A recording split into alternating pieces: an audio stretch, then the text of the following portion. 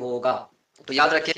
الجامع الصغیر کی حدیث نمبر 1885 اور 1886 ہے کہ رسول اکرم صلی اللہ علیہ وسلم نے ارشاد فرمایا ان اللہ تعالی یحب ان تؤتى رخصه كما يحب ان تؤتى عزائمه، یقیناً اللہ تبارک و تعالی یہ پسند کرتا ہے کہ اس کی رخصتوں پر عمل کیا جائے جیسے کہ وہ یہ پسند کرتے ہیں کہ ان کی فرائض ہیں اور جو عزیمتیں ہیں ان پر عمل کیا جائے۔ اسی طرح سے دوسری حدیث میں 1886 حدیث نمبر میں ہے کہ نبی اکرم صلی اللہ علیہ وسلم نے ارشاد فرمایا ان اللہ تعالی یحب ان تؤتى رخصه كما يكره ان تؤتى معصیته، کہ اللہ تبارک و تعالی یہ پسند کرتے ہیں، اللہ تعالی یہ چاہتے ہیں کہ اللہ تعالی نے جو رخصتیں دی ہیں ان رخصتوں پر عمل کیا جائے جیسے کہ اللہ تعالی یہ بات ناپسند کرتے ہیں کہ اللہ کی معصیت کی جائے۔ تو ان حدیث سے سمجھ میں آتا ہے کہ جو رخصتیں اللہ رب العزت نے دی ہیں تو ان رخصتوں پر عمل کیا جانا چاہیے۔ فلہذا حائضہ عورتوں کے لیے